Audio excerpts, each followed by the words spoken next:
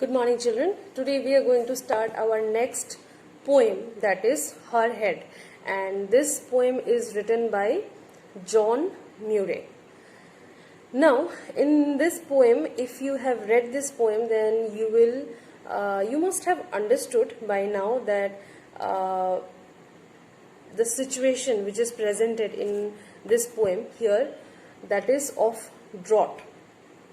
Okay, this village, it was suffering from drought and there was no water. The people were suffering very hard, and what happened is everybody had lost their hope, and every living creature, the animals, the people, the human beings actually, all of them were suffering. But there was only a ray of hope from one person, that was the lady, the woman who was carrying that water on her head, on that bucket. Okay, this is all about the poem which we are going to discuss today. But while we discuss the poem, we'll be discussing line by line, we will see how intense belief she carries, and what else happens is she shows that extra effort that she has to help her people of the village. Okay, she wants to help the people, all the people she wants to help, just to fed them water and so that they do not lose their life. Let's get into the poem. Now see, and you will also understand by the end of the poem that why this poem is named Her Head. Okay, see, near Ikuvukeni, okay, near Ikuvukeni in Natal, South Africa. Now this is the setting. Means this is the place where the whole poem is set. Okay, near Ikuvukeni in Natal, South Africa, a woman carries water on her head. It's very easy. The place is South Africa, and it's in a village near Ikuvukeni in Natal, and a woman is shown to be carrying water on her head. After a year of drought, when 1 child in 3 is at risk of death. After a year of drought, that means they had been suffering from drought since a year. Okay, and after a year of drought, still they had been suffering, and after this year has passed, when 1 child in 3, they have suffered so much that after a year has passed now, the results are so severe now that one child among 3, that means in the family of 3 children, where there is a family of 3 children, there one child is at the risk of death, is just about to die, is just on the verge of dying. When 1 child in 3 is at risk of death, she returns from a distant well. Nobody cares for water, for getting water, because in this kind of situation, what is usual? That you will not get water. This thing is usual, no? That drought means what? Lack of water, and there is no hope of getting water. But this woman, she returns from a distant well, just nearby. You don't find any well out there. Okay, that you can fetch some water from there. But what she does is, she goes to a distant well. She goes to somewhere which is which has a lot of distance from her place, just in the hope of getting some water. Even if it is distant also from her place, she opts to go there, and so if she can somehow get some water. And yes, she returns also from that distant well carrying water on her head.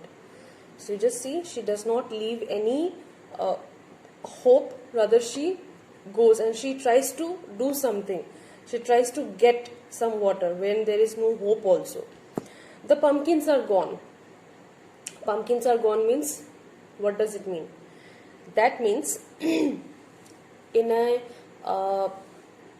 severe situation of drought, when there is no hope that you can get any water, okay, and what happens? Water is the only thing which we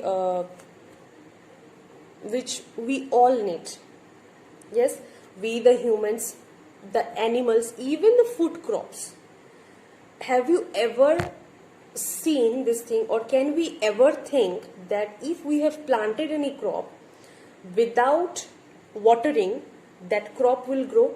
Can that ever happen? No. So if there is no water, if there is drought, if there is no rain, okay, then how can the food crops grow? It's not possible. So that's what is said. The pumpkins are gone, the tomatoes withered. Whichever, the pumpkins are gone means whatever they had planted, those are all finished. Nothing more is left. The tomatoes withered. Withered means they have all dried up now. Whatever they had before, whatever the food quantity may be, the amount of food whichever they had, the food crops maybe they had before, they have all dried up. Yet the woman carries water on her head. Have you seen one thing? In the previous stanza, in the first stanza, this woman carrying the water on her head, it was said, but again, same thing, it is repeated here.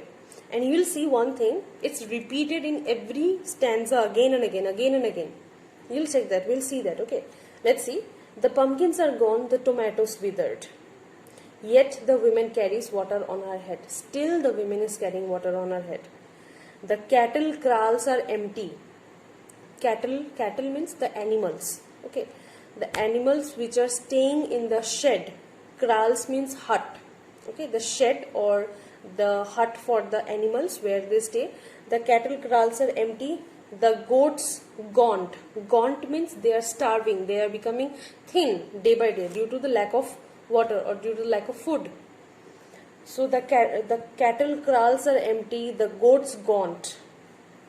No milk now for children, as the cattle are also empty. That means they have died. With the lack of water, they have died. One by one, cattle are what? These cows, all these animals which can give us milk. Yes. So these animals, when they have died, then how can we or how can the children think about getting any milk? They can't, right? So the cattle kraals are empty, and that's how there is no more milk for children. But she is carrying water on her head. But still, this woman, she is carrying water on her head. The engineers have reversed the river. Now there was one option by which the people could have got some water, and that was by the river. That was the river water. The river is flowing, so that's how they could have got some water. But what the engineers have done, what they have done is, the way through which the river water is flowing, they have changed the course of the river flowing. How? Why? Those with power can keep their power. The rich people, they have instructed or they have ordered the engineers to reverse the course of the water which is flowing through the river. Okay, so the engineers have reversed means changed.